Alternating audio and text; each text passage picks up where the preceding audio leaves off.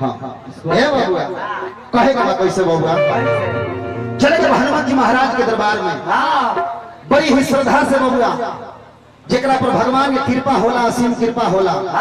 ओकरे दरवाजा पर केहू के नाम पर भजन कीर्तन होखेला। कबीर दास जी कहले बनी कबीरा सब जग निर्धना धनवंता नहीं कोई धनवंता सो जानिए जिन्हें राम नाम धन होए सिया बल रामचंद्र की जय। असली धनवान वही होता है जिसके पास राम नाम का धन हो कृष्ण नाम का धन हो नहीं तो लाखों करोड़ों अरबों रुपया बैंक में पड़ा हुआ है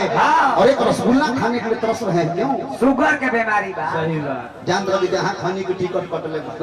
तो असली धन का हो जन भगवान के नाम तो चला हनुमान जी महाराज के दरबार में चले के बबुआ जेकरा विषय में लिखल लगी नाश है रोग हरे सब पीरा यही सुमिरत हनुमत बलबीरा।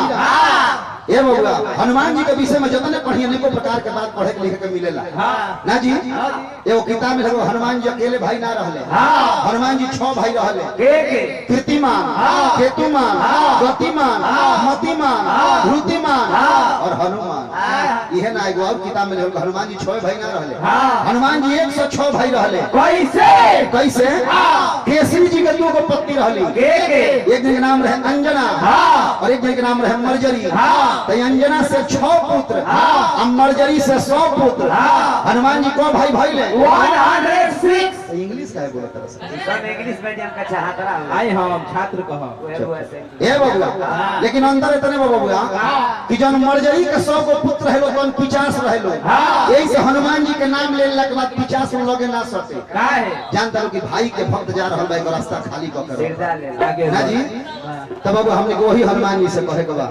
कैसे बबुआ ले लो काली साहब पूर्वीय के झलक ले लो बाबू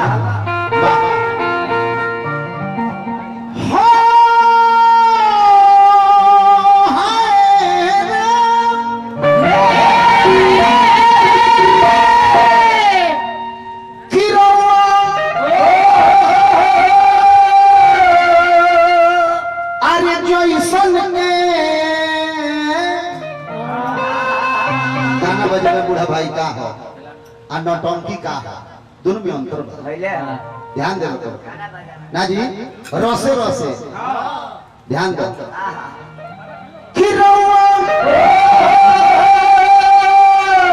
अरे जैसन के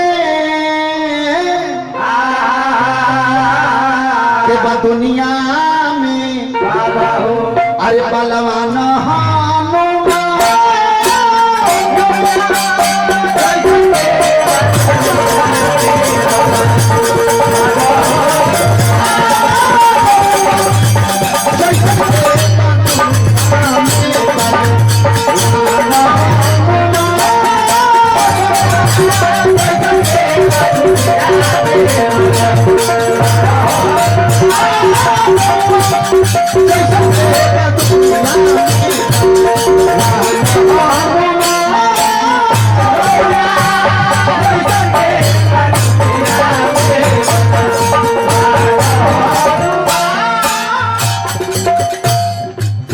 में गीत हो गया अच्छा लगे तनी सा मेन के उठा दो भैया तनी सा हेलो ए बाबा रामचंद्र जी के कर्जदार रहने हनुमान जी ना जी रामचंद्र जी भी हनुमान जी से कौना भरी कर्जा ले ले ध्यान दो लखना के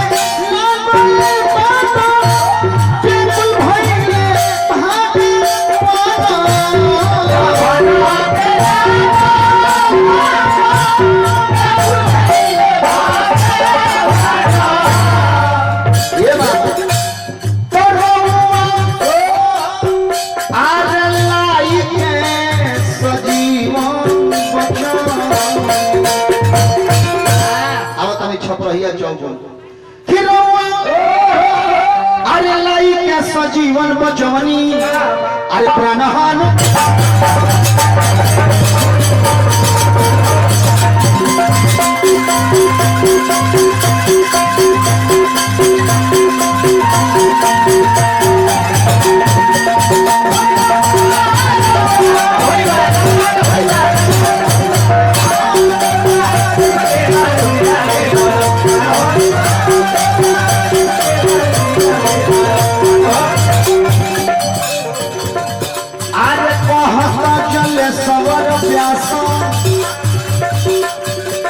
चरणों में लागल आसन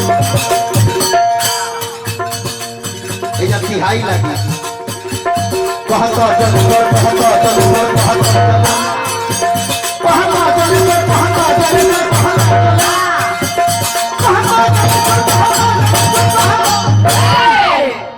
जावना छपरहिया चौगुन में छापका ना लगल समझ के छपरहिया ना भइल ना ना ये भिखारी ठाउ के कहल है ना जी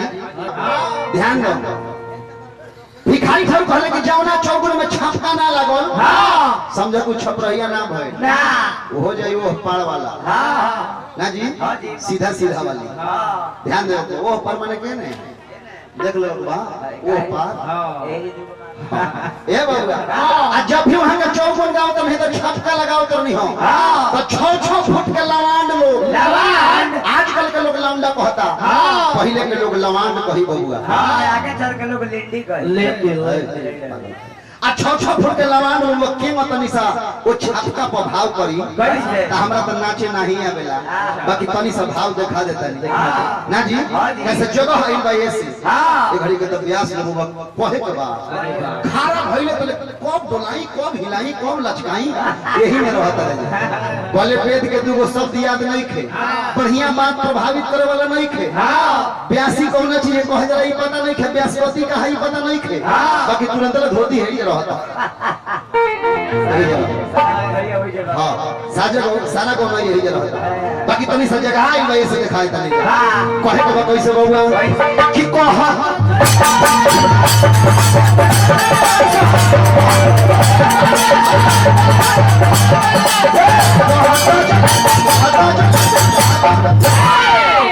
जगह से कितना बात देखो जगह है बगी हां आ तू तुरंत ले उघार को तरह कोनो ही के ध्यान दो बाबू आप भिखारी हो के नाच में को जोकर रहले के जे का नाम रहे अमावस का तो ऊ के नाच तरले बाबू उनको तो स्वभाव दिखाए तनी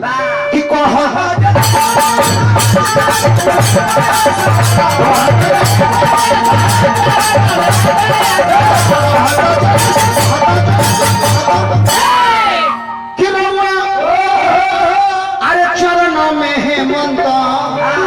अरे नदन हनु